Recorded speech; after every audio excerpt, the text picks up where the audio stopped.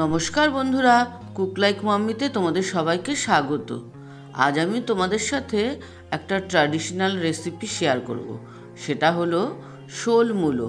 এখন শীতকাল, বাজারে শোল মাছও পাওয়া যায় আর মূলোও পাওয়া যায়। মূলো দিয়ে শোল মাছ রান্না করেছি, খেতে কিন্তু অপূর্ব হয়েছিল। তাই আমি ভাবলাম তোমাদের সাথে শেয়ার করি। তাহলে চলো আমার রান্নাঘরে, আমি এটা কিভাবে বানাচ্ছি দেখে নিই।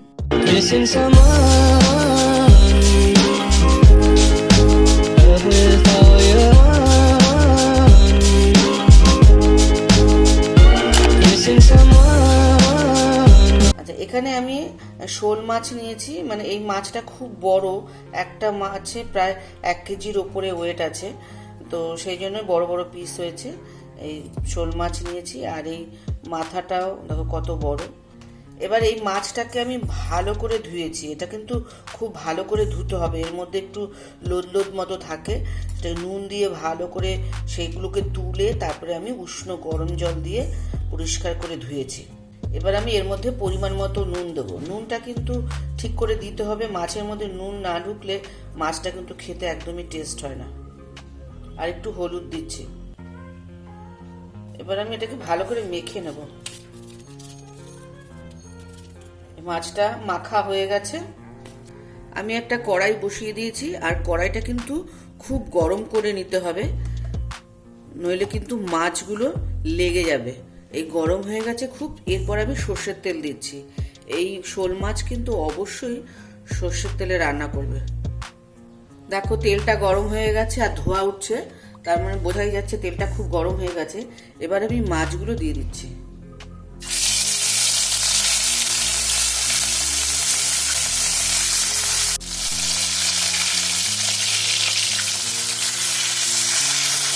মাছটাকে আমি দুটো সাইডই খুব কড়া করে ভেজে নেব।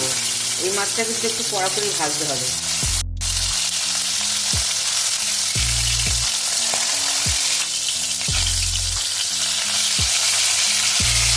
দেখো দুটো সাইডই মাছটা কড়া করে ভাজা হয়ে গেছে। এবার আমি তুলে নিচ্ছি।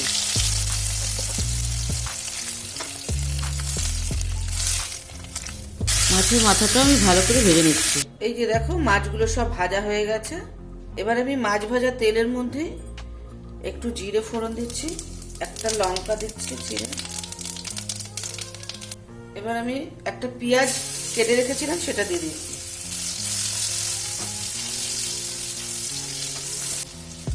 এবার এখানে দেখো আমি এই আলু নিয়েছি, একটু বড় বড় করে এরকম ভাবে কেটে নিয়েছি। আর এখানে মূলো নিয়েছি, মূলোটাও একটু বড় করে লম্বা করে কেটে নিয়েছি।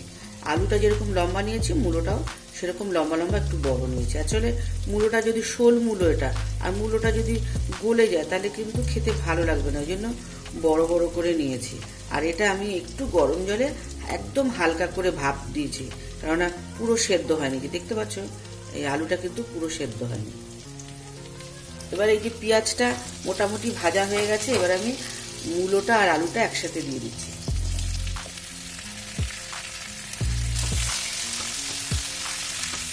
এবার এর মধ্যে আমি পরিমাণ মতো নুন দিচ্ছি আর পরিমাণ মতো হলুদ দিচ্ছি।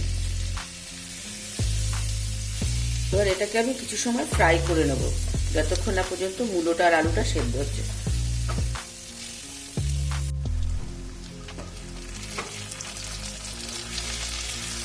পেঁয়াজ, মূলো, আলু সবই ফ্রাই হয়ে গেছে।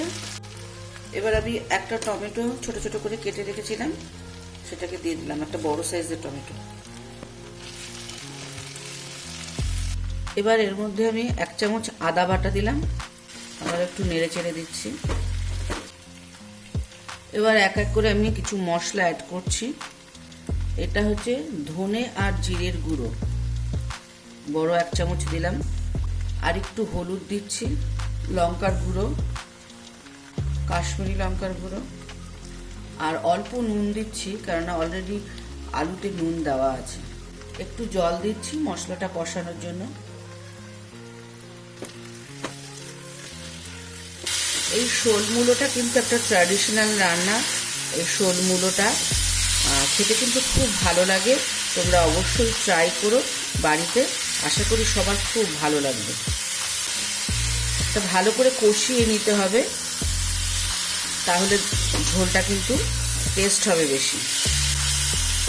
দেখো এটা কিন্তু কষানো হয়ে গেছে, এই সাইড থেকে যে তেল ছেড়ে দিয়েছে দেখতে পাচ্ছ, আর মশলার কাঁচা গন্ধটাও আর নেই।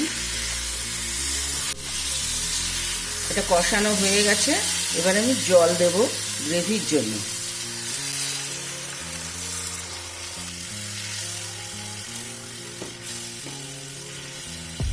ঝোলটা ফুটে উঠলে আমি মাছগুলো দিয়ে দেবো। ঝোলটা ফুটে উঠেছে, আমি এবার মাছগুলো দিয়ে দিচ্ছি।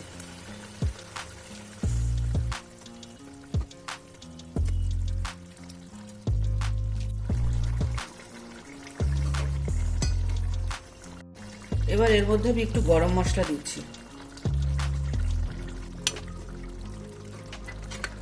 এই শোলমূলোতে কিন্তু বেশি ঝোল রাখতে নেই, মোটামুটি আছে। এটা ঠান্ডা হয়ে গেলে আর একটু টেনে যাবে।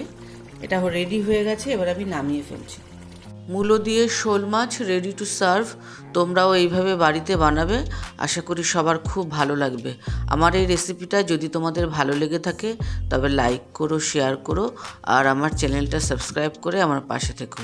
আর বেল আইকনটা কিন্তু অবশ্যই প্রেস করবে, তাহলে আমার নিত্য নতুন ভিডিওর নোটিফিকেশান চটজলদি সবার আগে তোমাদের কাছে পৌঁছে যাবে। ভালো থাকবে, সুস্থ থাকবে। Missing someone with